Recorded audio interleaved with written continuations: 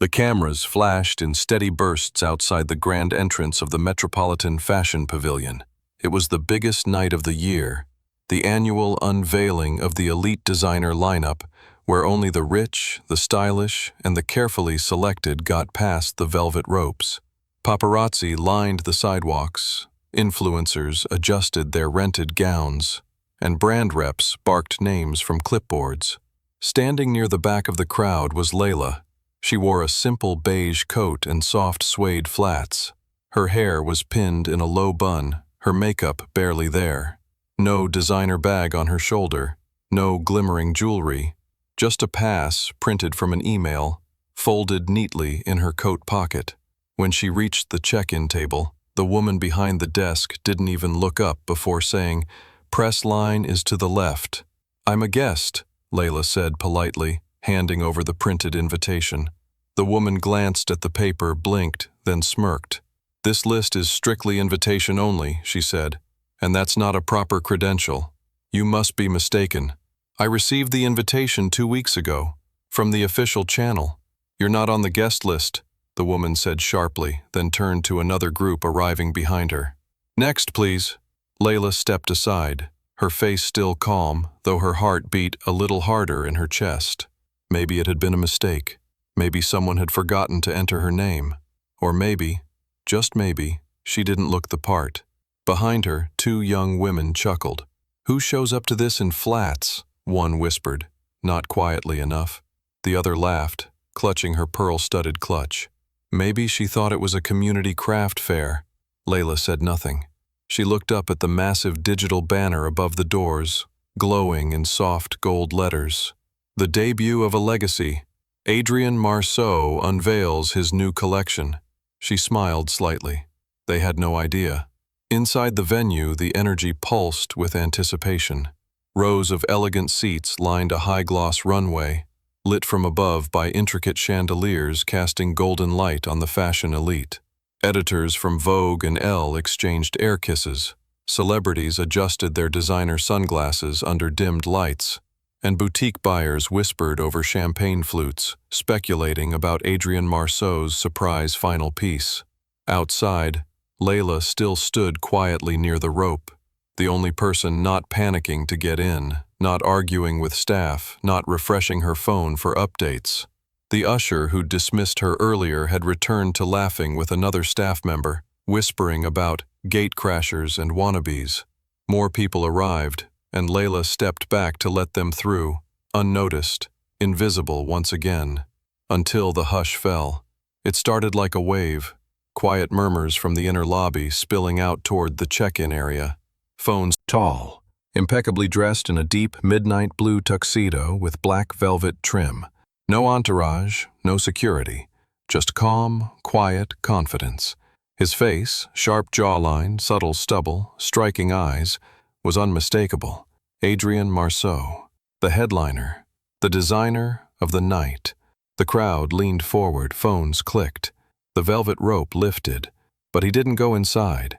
He walked straight to the edge of the crowd, straight to Layla. Without a word, he reached out his hand to her, eyes filled with warmth. The women who had laughed before went stiff. The ushers froze. The photographer nearest to them lowered her camera and stared. Layla took his hand and Adrien leaned in slightly, his voice smooth and clear. "They told me you weren't on the list," he said. "I wasn't," she replied, eyes never leaving his. His smile flickered. "Then I guess I'll cancel the show." The crowd gasped, audible and sharp. And just like that, the night no longer belonged to the guests, the influencers, or the magazine editors. It belonged to the woman they had tried to erase, and the man they never imagined she belonged to. The entire entrance froze in disbelief. Security guards looked at one another uncertainly. Guests clutching VIP passes turned to watch the exchange with wide eyes. No one could process what they were seeing. Adrien Marceau, the man whose name was synonymous with luxury and exclusivity, was threatening to cancel his headline show. Because of her. The usher who had turned Layla away moments ago stood frozen, lips parted, face draining of color. The clipboard in her hand now looked like a meaningless prop. She took a shaky step forward. I didn't know she was." Adrien turned his head just enough to meet her eyes. He didn't raise his voice. He didn't need to. You didn't need to know. You needed to treat her with respect. The woman stammered something under her breath, but Layla gently squeezed Adrian's hand and whispered, "Let's not ruin the evening for them. It's not worth it." Adrian looked back at her for a moment, then gave the usher a final look, one that said everything words could not, before leading Layla through the velvet ropes himself. The crowd parted like a tide. Phones now pointed at her. The woman they had dismissed, mocked, and ignored now walked with the elegance of royalty and the quiet strength of someone who had never needed anyone's permission to belong. As they stepped into the lobby, the event manager came rushing forward, nearly breathless. "Mr. Marceau, we were just about to begin the pre-show briefing. We didn't realize—" Adrian stopped walking. "Where's the reserved seat?" The manager blinked. "Which one, sir?" He gestured toward Layla. "The one for my wife." Gasps, audible ones, even a few low murmurs. "Wife?" The manager scrambled for his chart, hands trembling. "There's a front row center seat reserved for the press liaison. You'll make sure her name is on it, and on every list that ever matters in this company again." "Yes, sir. Right away." As the manager hurried off, Adrian turned to her. "You sure you want to stay?" Layla smiled faintly. "I didn't come here to prove anything. I just wanted to see your work." He leaned in close, pressing a light kiss to her forehead. "Then you'll see it first." They walked together to the front of the venue, through an ocean of stairs. And when Layla took her seat, center row, under a golden spotlight, she didn't fidget or hide. She sat with quiet grace, crossing one leg over the other and looking straight ahead. The lights dimmed, the music began, and behind the curtain, the man they'd all come to see adjusted the final pin on his masterpiece. Not for the press, not for the buyers, but for the woman they tried to turn away. The woman he had always designed for. The show began with a single spotlight cutting through the darkness, illuminating the runway like a golden path. The music swelled, dramatic, orchestral, and slow, pulling the audience into a dream. Then, from the curtain, the first model emerged. Gasps swept through the crowd like a rising tide. It wasn't just the design, it was the message. Each piece that followed seemed to echo a silent rebellion. The first dress bore soft, fluid lines, unapologetically elegant, unconcerned with trends. The next, a tailored suit in rich emerald velvet, powerful yet grounded, drew murmurs from the fashion editors. Then came a gown breathtaking in its simplicity, with hand-stitched details that mimicked delicate vines, subtle but deliberate, like someone had sewn patience and defiance into fabric. Layla sat still in the front row, absorbing every moment. This wasn't a collection crafted for clout. It wasn't made for celebrities or to chase the next viral moment. It was a story, a quiet protest, a love letter. Adrian had once told her that the world didn't need louder fashion. It needed truer fashion. Now, seated under chandeliers and flanked by critics, Layla realized this entire show was her story, spoken through silk and thread. Every piece that glided down the runway carried whispers of her. The girl turned away, the woman ignored, the muse behind the man the world adored. The murmurs began around the third act of the show. "Who is she?" whispered a woman 2 seats down. "He hasn't acknowledged anyone but her." "I heard they tried to deny her entry," said another, voice tight with embarrassment. "That's Adrian's wife," someone else whispered, incredulous. "But she's so ordinary." Layla heard it all, but none of it touched her. Her gaze stayed fixed on the runway, her expression calm, because she was finally seeing what the world had tried to deny her for years. Recognition not through their terms, but through her truth. Then came the final piece. The lights dimmed further. A hush fell so complete that even the rustling of programs stopped. One final model stepped onto the stage, wearing a dress unlike anything that had come before. It shimmered with restraint.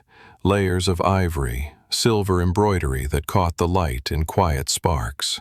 A neckline modest, a silhouette strong, classic, regal, and stitched into the inner lining, visible only when the model turned, was a message in Adrian's handwriting, subtly embroidered in soft gray thread, for the woman they tried to shut out before the world knew who she truly was. The room stood still. Some gasped, some blinked. A few lowered their phones altogether, because it was now clear this show wasn't just a debut, it was a reckoning. As the final model made her graceful exit, the lights dimmed completely, casting the entire venue in a hush of darkness. A soft piano note echoed through the room. Then the spotlight returned, this time not on the runway, but on Adrian himself, standing alone at center stage. He didn't wave, he didn't bow, he simply held the silence for a moment, then turned to face the front row, and walked straight to Layla. No one could believe it. Not the editors who had flown in from Milan, not the stylists who had laughed at her outside, and certainly not the organizers who had tried to bar her from entering just an hour ago. Adrian offered his hand. Layla hesitated only for a moment, then stood. Gasps rippled through the audience. Together, hand in hand, they walked the length of the runway, not as designer and model, not as headline and feature, but as husband and wife. Partners, equals. Cameras exploded with flashes. Photographers scrambled to frame the shot. But what couldn't be captured in any image was the stillness in Layla's expression, the quiet dignity of a woman who had walked through mockery and emerged not changed, but revealed. At the end of the runway, Adrian took the microphone. His voice was steady, low, and direct. "Tonight wasn't about fabric or trends," he said. "It was about story, about who we choose to see, and who we choose to ignore. Every piece tonight was inspired by someone who moves through the world without needing to announce her worth, someone the world often overlooks, until it's too late to deny her anymore." He looked at Layla, his eyes soft but unwavering. "She's the reason I create, and today, she reminded me why I started."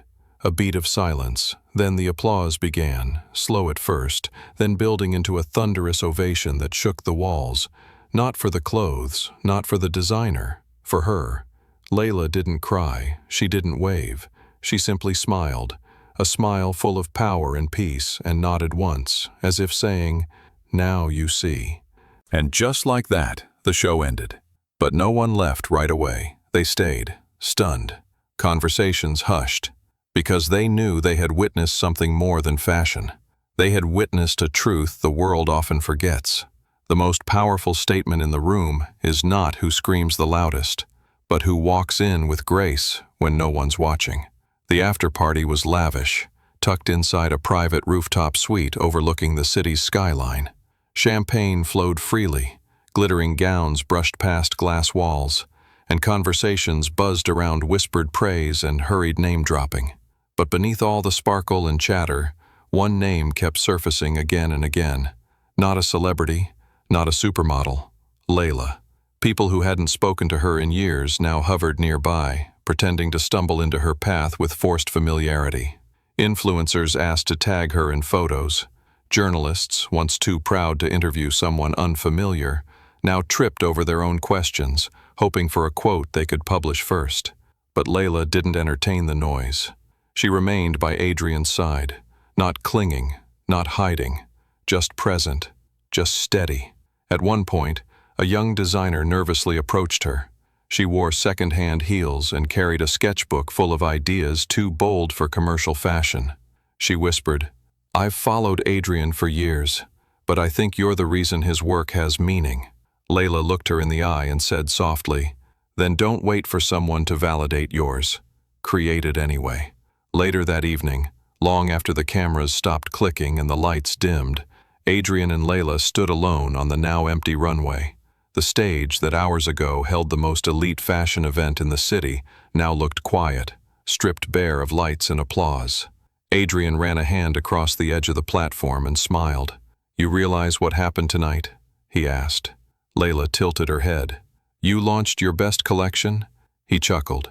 "No, you became the story. The room didn't cheer because of fabric or stitches. They cheered because you walked through their assumptions and never looked back." She looked at him for a long moment, then reached for his hand. "They never needed to see me.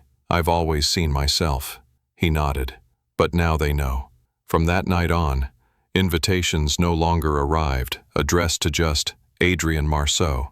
They arrived addressed to Mr. and Mrs. Marceau, and when Layla walked into a room, whether in flats or heels, a gown or her favorite coat, doors opened, not because of who her husband was, but because the world had finally learned.